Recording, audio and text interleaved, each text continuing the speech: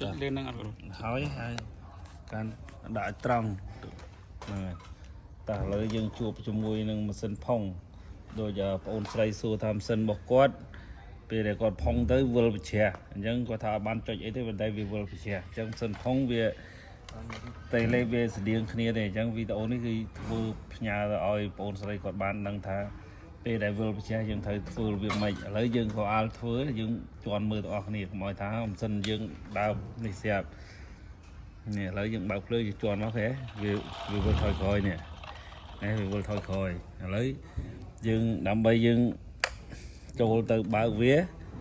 ដើម្បីយើងដាក់វាដើម្បីវារត់ទៅមុខវិញអញ្ចឹងចាំមើលទាំងអស់គ្នាហ្នឹងហើយនេះដៃយើងចុច P នេះចុចអក្សរ P វាមាន P និង S នៅទន្ទឹមគ្នាអញ្ចឹងយើងចុចឲ្យជាប់អញ្ចឹងហើយយើងបើកភ្លើងនេះយើងបើកភ្លើងមួយហ្នឹងហើយបើកភ្លើងមកនេះវាលោតលេខមកហើយ P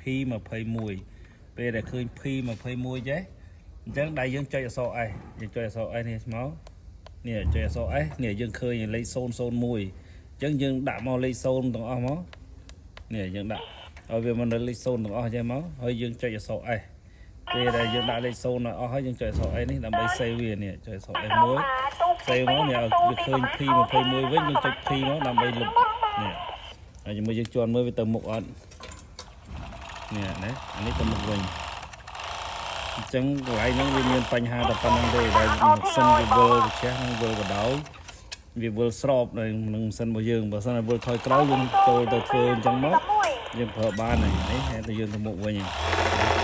ហើយយើងវិលថយក្រោយបានហើយវិលវាជះអញ្ចឹងវិលវាជះបានមកជុលមួយដែលម៉ាស៊ីនផុងម៉ាស៊ីនគុណយើងត្រូវវិលទៅមុខហ្នឹងហើយសូមអរគុណច្រើន